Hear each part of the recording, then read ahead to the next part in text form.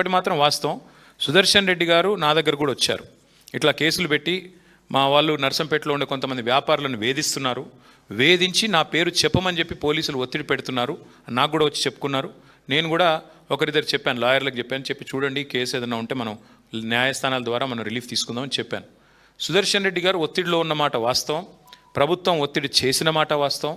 కొంతమంది ప్రభుత్వంలో ఉన్న వెధవలు ఆయన చేస్తున్న దాడిని విమర్శలను తట్టుకోలేక ఇదే సీట్లో కూర్చుని సుదర్శన్ రెడ్డి గారు ఇదే భవన్ నుంచి సివిల్ సప్లై స్కామ్ని బయటపెట్టాడు. ఇదే సీట్లో కూర్చుని విద్యాశాఖలో జరిగిన బంకర్ బెడ్స్ కుంభకోణాన్ని బయటపెట్టాడు.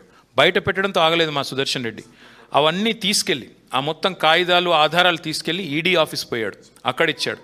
తర్వాత సుప్రీంకోర్టుకు పోయాడు. బాధాకరం ఎక్కడ అంటే శ్రీనివాస్, సుదర్శన్ రెడ్డి గారు చనిపోయిన మర్నాడు సుప్రీంకోర్టు నుంచి మాకు కొంత రిలీఫ్ వచ్చింది, ఒక గైడెన్స్ కూడా వచ్చింది, వీరిని నోటీస్ వచ్చింది.